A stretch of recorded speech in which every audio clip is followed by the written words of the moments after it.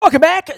Sad week here. No bus trip to Foxborough, no fun, no revelry, no Luke Jones and I running around the North End, getting hammered and eating pasta in the cold and the wind and all that stuff. No foghorn for you and I, Luke, in those corner seats, and memories of Billy Cundiff kicks gone awry and Joe Flacco victory laps gone in the right direction. Instead, cleaning out of the lockers. And, it's something I've only done one time in all 23 years, back in the beginning, when the team, maybe it was like the March of Broda exit. I was there for, like, in that era.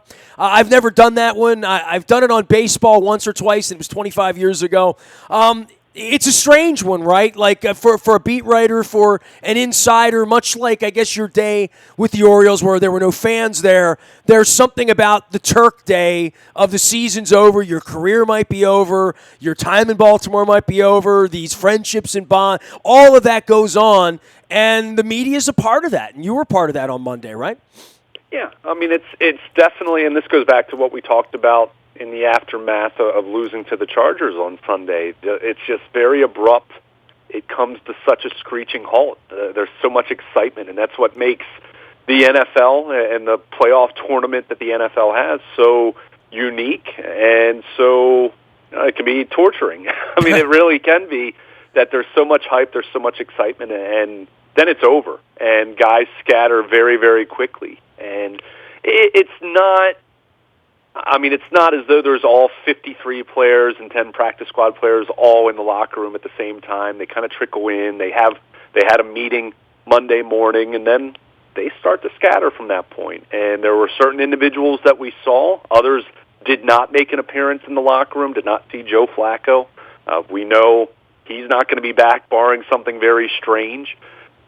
C.J. Mosley was not in the locker room, and he did not talk to the media after the game on Sunday. In fact, I saw him walk out of the locker room. I don't think he was ducking anyone, but everyone was scattered or gathered around Terrell Suggs. Strangely enough, I said goodbye to C.J. Mosley. Yeah. His locker's right by the door, and I elbowed him. And I had a feeling he was, like, going to be on the first flight to Santa Clara, literally, right? And you talk about abrupt ending to your year. Hello, Alabama, that it ends abruptly for everyone. But the C.J. Mosley, the dangling parts of this, I don't want to say there's never been this many dangling parts, because they've always had Flacco, and Harbaugh was always going to keep his job, and if Ray was there, he was coming back. If Reed was there, he was coming back. And there came that time for Nada and Heap and Pitta and whatever. But this is more dangling than most because of Ozzie, because of Flacco leaving, because of the age of the Suggs and the Yondas and the Weddles, that this may be a new complexion to a lot of things here come next September, as maybe they begin to rebuild something that aims more toward 2 or 3 years from now than necessarily where they would be with a veteran team next year. Yeah, and I think that's what's so interesting about this. I mean, we've talked about this juxtaposition of Joe Flacco and other veteran players, for that matter, Suggs, Weddle, Jimmy Smith. I mean, go down the list of guys that are either approaching retirement or guys that are unrestricted free agents. And then you drafted Lamar Jackson. And let's also acknowledge quite a few other rookies in that draft class. And I've been someone that's been very critical of their drafts over the last 5 or 6 years. Not that they've been horrendous, but more philosophically. And then some of the misses they've had on day 1 and day 2, even though day 3 they found a lot of depth and they've continued to be successful there. But this is definitely a team in transition, and really, who do you point to in terms of stability? We assume John Harbaugh, once, in fact, that extension is made official, and until it's not, I'm going to remain at least a little bit skeptical. And I know NFL Network had a report on Monday saying that they were moving closer, and we'll see. Assuming he is back, and at this point, unless something strange happens, it looks like it's going that way, he's the stability there, right? I mean, everything else is going to change to some degree. Lamar Jackson, you can't say that's stability yet. He's their second-year starting quarterback. That doesn't mean he's going to be the guy for the long haul. And by the way, we're going to have a good time with this over the next 9 months, right? Oh, no doubt.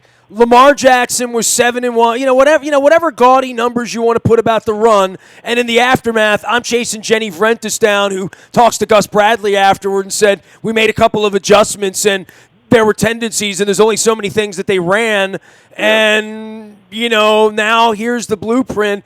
How do they come back next year with different offensive linemen or I don't even know where they are with Alex Lewis or Bradley Bozeman or Metzger or Marshall Yonder for that matter, right? I mean, Ronnie Stanley will be there. Zeus will be there. But I think all the rest of it is still very, I don't know. And I don't know how Eric DeCosta feels about all of this, right? And where the money's going to be on some of these players and what they're going to do with this rebate they're getting on Flacco and what they're going to do with the second-round draft pick or whatever they're going to get for him, right? And that's I guess, the goal's a second on him. So there's it's just we're going to have 5-6 months here of anything is possible, and that's not normal for you and I, right? Usually it's, we got to draft a wide receiver, they got to get a corner in the draft, or they got to re-up somebody, or, the questions. By the way, those issues are all still there, too.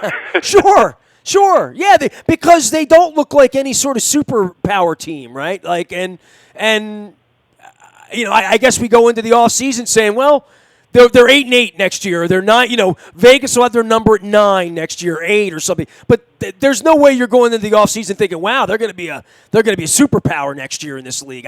That's hard to believe, Selling optimism for next year, I guess my point is, I don't know. I don't know. I'm an optimist, and I'm not sold on optimism for next year.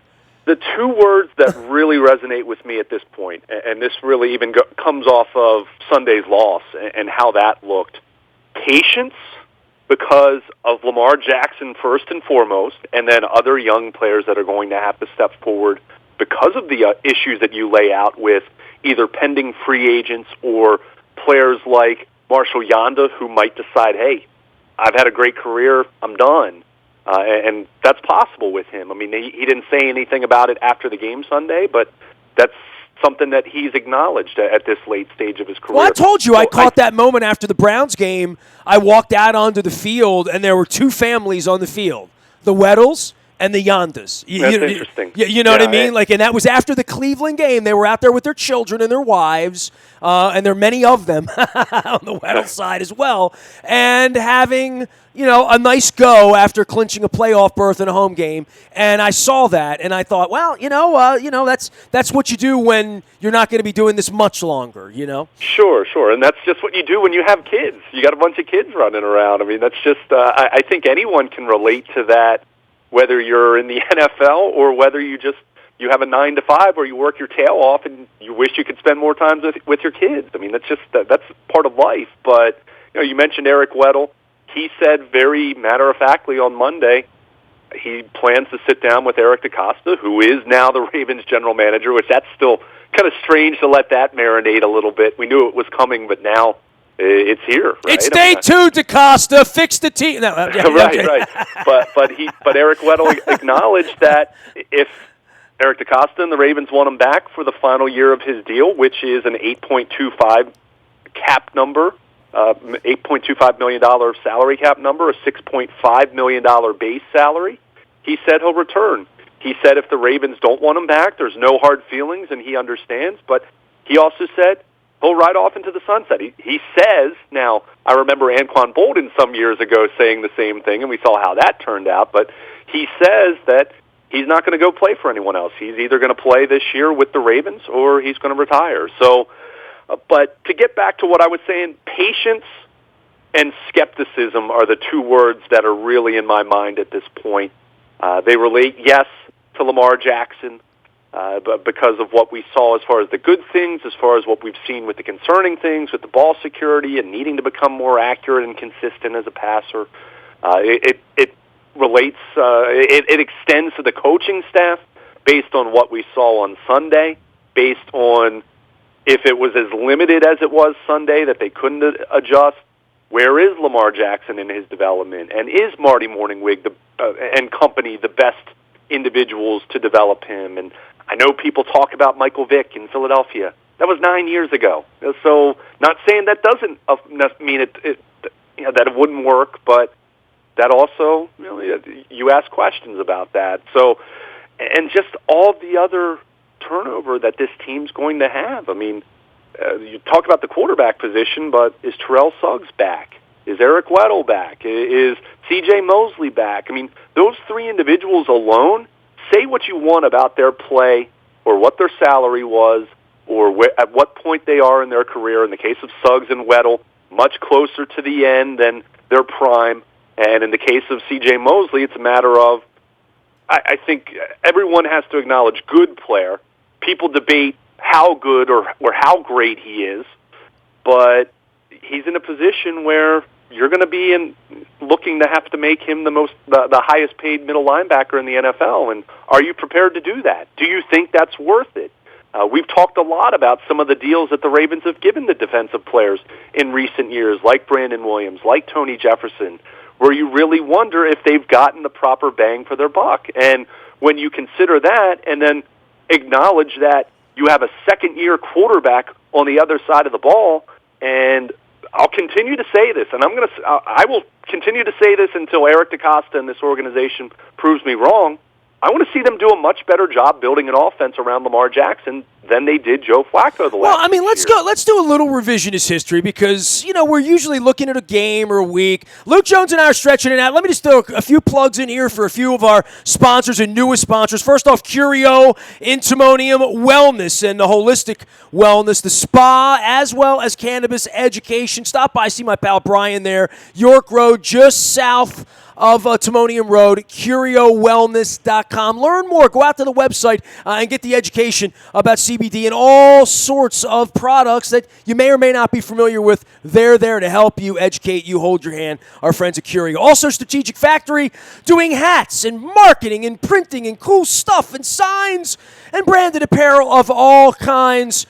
Learn more about what they do at Strategic Factory. They're up in Owings Mills. Let them help you grow your business by putting together a marketing strategy. That's the strategic part of the Strategic Factory. Learn more at strategicfactory.com. Also, Cole Roofing, doing our community series here. Every Thursday we get together. I'm reaching out to anyone in 2019 that is doing a good deed, a good cause, a 5K, a 10K. My wife's going to run a half marathon as well. If you're raising funds for a good cause and you have a story to tell, we want to tell it. Throw me an email, nasty@wnst.net. It's all brought to you by Cole Roofing, and I can say it now. 100 years, not 99 anymore, 100 years since 1919.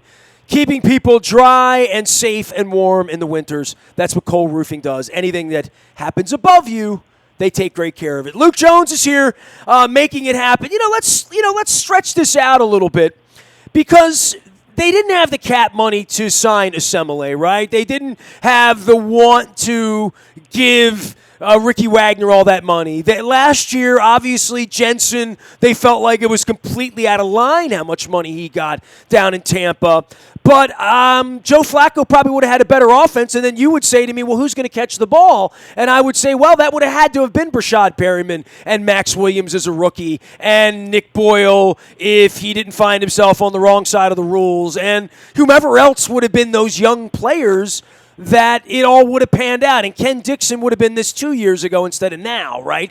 That all of that he would have been the next Ray Rice and that Dennis Pitta wouldn't have had the hip issue. A lot of things would have had to have happened, but that would have been about the offensive line for me and spending money there that they, quite frankly, didn't have for all the reasons you can point out on the defense, but they didn't have the money, and they had players. They had very, very good offensive linemen that were so good that they let somebody else go and pay them a lot of money. And I don't know where they are with C.J. Mosley and his health and, how the vibes and the mojo are. I know you and I personally like C.J. a ton, and he could play on my football team. And I don't know what the market would be, how much the Jets would be willing to give him or whomever would want to pay him 15, 16 million, maybe with more cap space. Around here, the one thing we've always said, Luke, and you know this, don't have the cap space. Don't have the cap space. Don't have the cap. Well, finally things are a little more massaged now, and you're going to point out the rookie quarterback contract, which is very real as well. Now it's what do you do with that money? And here we go into an offseason where Ozzy's not even the guy doing it. Eric's going to be the one doing it, right? Yeah, and we have to see how that looks. I mean, there have been plenty, and we've talked about this a little bit. It's not completely different. It's different, but it's not completely different than what the Orioles have with Mike Elias, being a right-hand man in a different organization, mind you, of course. But this is a case where you have someone who's been a right-hand man for a long time. And let's face it, Nestor, it's not as though Eric DaCosta hasn't had a lot of influence especially the last 4 or 5 years. So as much as you can point to some of their issues and criticize Ozzie or John or whoever you want to, he's got to own some of that too. And now the question becomes, since he is in charge, what does he look at differently? How does he view some of these players differently compared to how Ozzie might have? Well, by the way, that's day one, question one for him, right? I mean, that is the $1 billion question here over the next 5 years, right? Because they're going to spend $200 million a year, right? Literally, It's a $1 billion question. Eric, you're going to have $1 billion over the next 5 years. What are you going to do differently than what Ozzie would do? And that probably, in the deepest, darkest recesses, Eric might have said, I didn't believe in Perryman, or maybe I believed in Elam too much. Maybe I sold this hard or didn't sell that enough. And I guess over the body of work, they've all sat there and they've all talked it through. And I don't think in that room, and based on whatever we see on Hard Knocks, in a room full of alpha guys, nobody's in there worried about getting their feelings hurt, and they've all worked together long enough that they all have MF'd each other. Sure. Dozens of times when, only you and I are the only two guys that have worked together for a decade that have never MF'd each other, literally, right? You and I are the only two people ever, right? Right. But, it does speak to the continuity that they've had, and I am going. And look, you can ask him that question. He's not going to throw Ozzie under the bus. I mean, they're very close, and who knows? He might have been in way closer alignment than you might think, even. And if that's the case, then I'll be skeptical. And I bet he lost more battles than maybe we realize. Sure, I mean, sure. There right? might have been. There's a lot of opinions in there, I guess, is what I'm saying. There's a lot of input going on. No question. And they're also, and I can say I know there have been players that he's really liked that didn't pan out. But that's true of everyone. No one bats 1,000. I want to be very, very clear about that. But, to go back to your original point as far as this is going to be not a clean slate by any means, but there's definitely more room on the slate than it's been in quite some time. And, the question will be, how do they allocate those resources? How do they clean up their drafting a little bit? Now, 2018, the Hayden Hurst pick aside, looks very encouraging on paper. I mean, beyond Lamar Jackson, and obviously Jackson's going to make or break it. That's just the reality when you draft a quarterback. In the same way that you can look back at 2003 and say, my goodness, they drafted Terrell Suggs. Well, they also drafted Kyle Bowler, and that ended up being why Brian Billick was unemployed 4 years later. So it's always paramount when you draft a quarterback that individual needs to work out because jobs are at stake there. And if Lamar Jackson works out, then whoever, assuming it's John Harbaugh and whoever's on his offensive staff over the next couple of years, they'll either remain here or members of the offensive staff will go on to become head coaches because Lamar Jackson worked out. And Eric DaCosta will continue to be the general manager. If he doesn't work out, then I don't know, maybe they'll be drafting Trevor Lawrence in a couple years if things really go badly for them. But do we have to hope to suck that badly? No. Because somebody's going to get that kid, right? I know. I was already thinking watching the national championship. I mean, how many teams are already thinking about how they're going to tank in 2020 to be able to get this kid? I don't know about 20. I mean, maybe 19. I don't know. Well, he's a true freshman. He won't be eligible until 2021. Right. Okay. So, you would have to 2020 is when you would have You know what? to be, for you to even bring that rule up, I mean, how often do you even have to think about that? Crazy, that right? You see a kid who's a freshman, you're like, well, I got to hold on 2 more years now. Hang in there. We don't talk about many of the young guys that way. Maybe Lamar was one of those guys that sort of flashed and, early and winning Heismans and all that certainly sort of after stuff. his sophomore year, Yeah, that you talk about when is that guy coming out and where will he get drafted, and inevitably the Heisman thing doesn't mean anything. But you kick Alabama's ass in the championship game, all of a sudden the visions of Elway, Manning, whoever the next thing. And, I brought this up with my wife, over the weekend with Andrew Luck. I'm like, people go to sleep on him. I remember when he came in here for the last Ride of Ray, which feels like a decade ago because it was almost a decade ago at this point, and he was the next coming of the next coming of the next coming that there's no one who wouldn't have taken him first. There's no one who didn't think he was going to be at least a very, very Hall of Matt Ryan kind of good quarterback in the league for a decade, and we shouldn't be shocked by part of that. And I guess part of that for me is expectation. And after seeing 8 games of Lamar Jackson, I'm not convinced any head coach would look at the Ravens situation on the outside. That if Harbaugh slips out the side door and you say, does the team have a competent front office? Well, Ozzy's gone, Eric's there. So if I know Eric, I feel pretty good about it. If I don't, maybe, I don't know. Do they have a cornerback? Yes. Do they have a rush edge? Probably not. What other key pieces do they have? Well, they have a quarterback named Lamar Jackson. Give me Baker Mayfield. Give me Aaron Rodgers. Give me a quarterback that looks like a quarterback. Give me a quarterback that's in a system that the other 31 teams play. I don't know that, I think you can oversell it or undersell it or talk about what kind of a risk it is, but I think from the outside looking in, I don't know that anybody's salivating to have Lamar Jackson as their franchise quarterback and think we're going to just kick ass and win 13 games for the next 5 years, or I'm going to have that opportunity that if I had Pat Mahomes right now or I had Goff right now or I had one of those guys that feels more like a traditional quarterback, that I feel better about that situation. So as a fan, as a guy covering the team, as a guy that's watched this, I am, patient but skeptical. How about that? I'm going to circle those and put those on the wall in here, Luke. Yeah, I mean those are the 2 words that come to mind for me right now. Look, there were a lot of things to like about Lamar Jackson, starting with his, and I'll even say before his legs, just the way that I thought he conducted himself. Now Sunday, it was brutal. It was brutal across the board offensively, as we've now seen with some of the stories of the Chargers clearly outcoaching the Ravens on Sunday on the Ravens offense against the Chargers defense, and the offensive line.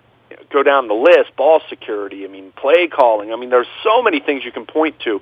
But prior to Sunday, I was impressed with Lamar Jackson's maturity and moxie and just the composure and poise with which he's played as someone who just turned 22 years old.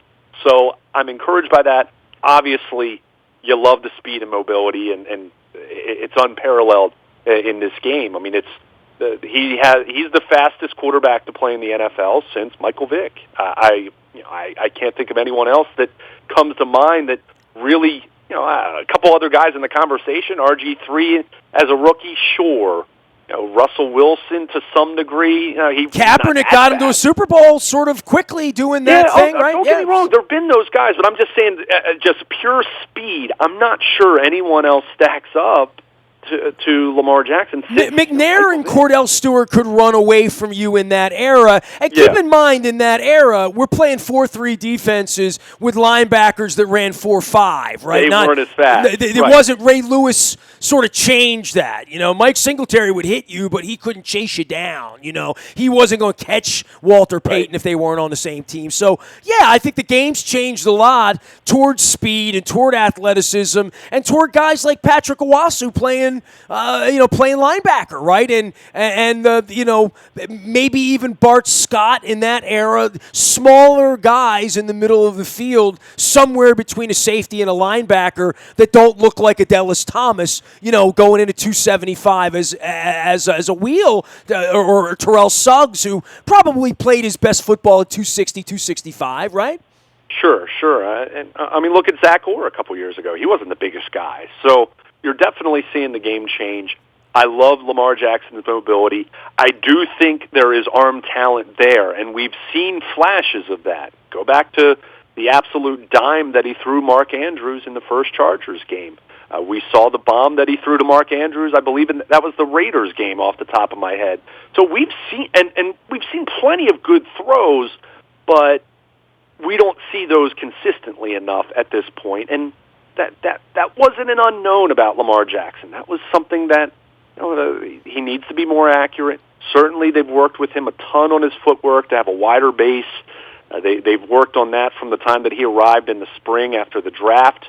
And, some of the stuff that you look at with the sidearm throws sometimes, where sometimes it works and other times he does it and you don't really understand why he did, and the ball sails or it's behind someone. So there's a lot to that. So to your point, from the outside looking in, there is a lot to work on. There is a lot to refine and improve and develop, and that's where, coaching aside, assuming Harbaugh's staying and gets the extension and that becomes official at some point, and again, until it does, I'll still remain at least a little skeptical. Well, if it's got to happen this week from a negotiating standpoint, otherwise you have a very, very pissed off dangling coach who is going to leave. And if you thought having your quarterback hang out and dangle this year, wait till you see what it looks like when a head coach dangles. And Bisciotti knows this, and Eric DeCosta knows this, and I would think that Monday was a very, very difficult day because it's a giddy-up, and the Packers named their coach now, and jobs are starting to come off the board. So it's either, look, we're going to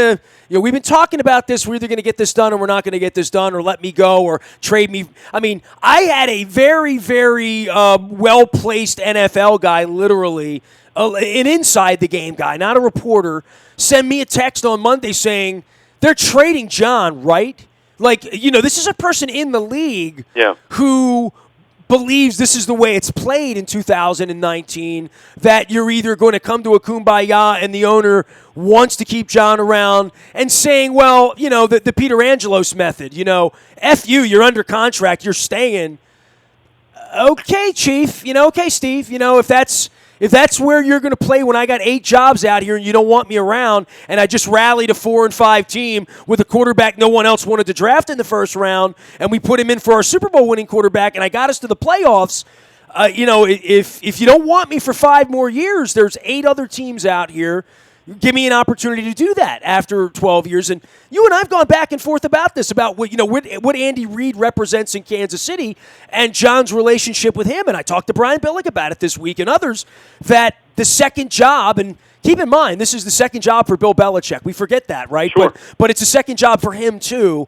That the second time around, you do view things a little bit differently. And whether John wants that opportunity or whether Steve never wants him to know, whether Steve's going to sell this football team in the next 5 to 10 years and John's the only head coach he wants, the Mike Brown method, maybe that's what Steve really wants. But this is the week to find out. This isn't media spin. This is, are you guys going to do this or are you not? And it is getting a little awkwardly weird. If this thing gets into the weekend, I would say, well, then I guess they are going to dance. Maybe they're closer to having a deal and more on the honor system than I know. And everybody tells me about their relationship. They're like blood brothers. So from that perspective, I could see where they're not working on our calendar. And maybe John doesn't really want to go coach the Dolphins and has admitted as such to his wife, to his family, and just said, look, I'm going to, we'll work it out. And if that's really where they are, although I wasn't sold on the podium, you know what I mean? John is not a very good liar. I didn't feel like he sold it enough to me from 5 feet away that I would bet the life of my wife and my cat that he's going to be the Ravens coach this year. I would not have left the stadium on Sunday being all in on that, as the sign says, by the way. I have the sign. Yeah, and I don't know if I'd ever want to bet something that extreme for anything, because you never know. This can be a very strange business sometimes, but it seems as though both sides want it, and NFL Network had a report Monday, and I know there have been some of the reports out there that have speculated about teams like the Dolphins potentially being interested in trading him. It's been thrown out there that John kind of bristles at that notion because that would hurt the compensation. That would hurt the draft of whatever team he's coming to. He doesn't want that team to give up a first-round pick. I'm holding the good sign up. That would not be good. Yeah, exactly. So, it's hard to say. And wonder where they got the ideas for these signs. Oh, I'm sorry. I'm just rambling. Right. But it's very awkward, I guess, until we see what the absolute when it becomes officially official, I suppose.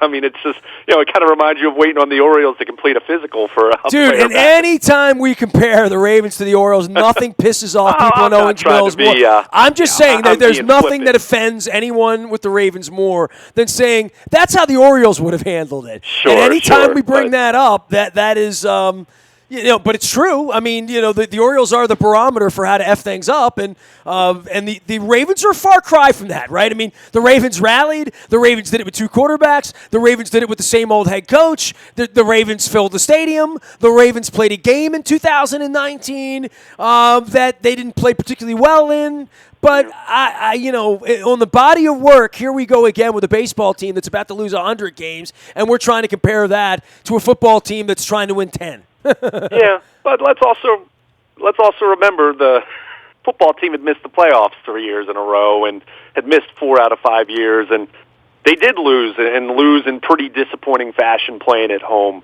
on Sunday against the Chargers. Oh, it's foul, right? I mean the beer is not cold when you lose a playoff game. And I just think over the next 8 months, we're trying to build energy for the next thing, because the next thing's not the Orioles. We know that, right? Oh, I got and finding that energy through patience and skepticism, just the word skepticism sits there because I think if you're paying attention, you'd look at this and look, on the other part of this is, the Bengals don't even have a coach, right? I mean, they don't even have a system. The Steelers are in disarray and trying to peddle their malcontent wide receiver, who we could use on the field but wouldn't want anywhere else, and certainly wouldn't want to pay him. On the backside of the goofy running back, costing himself $15 million American dollars, and they didn't make the playoffs. So, the whole the divisions had a little bit of an earthquake all the way around, so I will buy that this could be a 9-7 winning division team next year, right? I mean, I'll buy that the sky's not falling at this point. Sure, but there's a lot of questions, and I think it's going to make for interesting conversation between us, because there's a lot of directions they could go in, I guess, more so than in most years when they haven't had cap space, they've had a quarterback, they've had a win. I don't know that they need to convince me they're going to win 13 games. I don't know if there's anything they're going to do that's going to convince me they're going to win 13 games next year. How about another word that just came to mind as you described that? It's more volatile than it's been. I could see it going in some really good directions, and I could see this going in some really bad directions if Lamar Jackson doesn't take that step forward and teams do adjust to what the Ravens did, like the Chargers did on Sunday. So, when something's volatile, it can, it's not as consistent. It can really, go in some different directions. Maybe that's a word that, and I don't mean volatile in the sense that, that they're, that the organization's burning or anything crazy like that, but it definitely is going to be a different look to this team, to this organization. I mean, just, we haven't really gone down the list, but let me just give you their list of unrestricted free agents. And now this isn't counting guys like Flacco, who will be cut or traded, and you'd throw Jimmy Smith into that category, who probably is either going to be released or asked to take a pay cut, I would assume, or probably should be at this stage of his career and given his cap figure. But just their unrestricted free agents: Buck Allen, Nick Boyle, John Brown, so there's a wide receiver, Robert Griffin III, who to me would be a very logical choice to continue as your backup quarterback, Ty Montgomery, but now we get to the interesting names: C.J. Mosley, Zadarius Smith, Terrell Suggs, Brent Urban, who, keep in mind, he started 16 games as their 5 technique all year, and Max Williams. So you're talking about your 2 blocking tight ends who made this whole running game work. And I don't see any reason why they wouldn't have a problem bringing back at least one of those guys. You're talking about 2 edge rushers and 2 guys that provided a pass consistent, as close as a consistent pass rush as you had this year. You're talking about your 4-time Pro Bowl inside linebacker in his first 5 years in the league. You're talking about your backup quarterback, a wide receiver. We haven't even talked about this in great detail, but what wide receiver are you attracting in free agency to come play in this offense as it was constructed the second half of the season? Unless you're overpaying for someone, that's a very real factor that they didn't deal with. Well, you need to find a really humble wide receiver. Where would we? I don't know if it's humble. I don't think it has anything to do with being humble. I think it has to do with, You want to play in an offense where you can show off your skill set. I mean, like I pointed out, we're looking for a humble wide receiver. Yeah, Good luck finding one of those. Right. We need to find a wide receiver who doesn't want to catch the ball. Right. And look, to be very clear, like finding a pitcher at Coors Field. To be very clear, I do think they're going to pass the ball much more than they did over the final 7 games of the season. However, that perception isn't going to necessarily be what free agent wide receiver A, B, and C are looking at when they're trying to find a home. And considering how the Ravens have almost always viewed the wide receiver position, who are the guys that they've tried to get? Either veterans that are just past their prime, and you try to get them at a workable discount kind of rate, or guys like John Brown on a 1-year kind of pillow contract. Those types of players are not looking at an offense that was running the ball over 60% of the time and saying, "Oh, sign me up." It won't be attractive to the Eric Weddle of that position, correct? Yeah, and it's going to be someone that you're going to have to sell that. So my thought on that is this needs to be when they finally fix what's been an organization problem for nearly the entire existence of the organization. They need to go out and find they need to get a franchise wide receiver for Lamar Jackson. Doesn't mean that guy has to be Julio Jones, but it needs to be a number 1 receiver that he can grow with, that he can depend on, that in crunch time, there's no doubt who they're throwing the ball to. I mean, think about it. In crunch time this year, even going back to Joe Flacco playing the first 9 games. In crunch time, who were they throwing the football to? Can you name that person? It appeared to be they were attempting to do that with Michael Crabtree. That didn't work. Michael Crabtree was a disappointment this year, and frankly, he's not someone I would bring back. But depending on how this goes with who they're able to bring in at wide receiver, whether it's through the draft or free agency or through a trade, I don't know. You might have to stick with that. But they need to find that guy for this kid because Joe Flacco never had that. He had guys that filled that role for a year or 2 or 3 years at a time. Derek Mason very early on, and then Anquan Bolden, Steve Smith for about a year and a half. But it was very fleeting, and at times he didn't have that guy at all. So it's really, for me, it's really imperative that they fix that issue. And that doesn't mean that they have to draft a wide receiver in the first round this year, but it means they need to change their philosophy on how they view that position because they have undervalued it for way too long, and I think it really cost them. And I think it's one of the reasons why they wasted what could have been some really good years with Joe Flacco after the Super Bowl because they didn't have that guy, and they really didn't do a good job trying to find that guy most of the time. And then when they did, it was a player that many people said they reached for in Brashad Perriman. So, again, it doesn't have to be that first-round pick, but when I continue to see you take Tyus Bowser in lieu of Juju Smith-Schuster, like it was the case 2 years ago, well, there are a lot of examples of that I can point to. And when you ultimately have issues at that position, well, and you always seem to pass on guys that end up being productive in the second, third, fourth round, that tells me you're not valuing that position nearly enough. So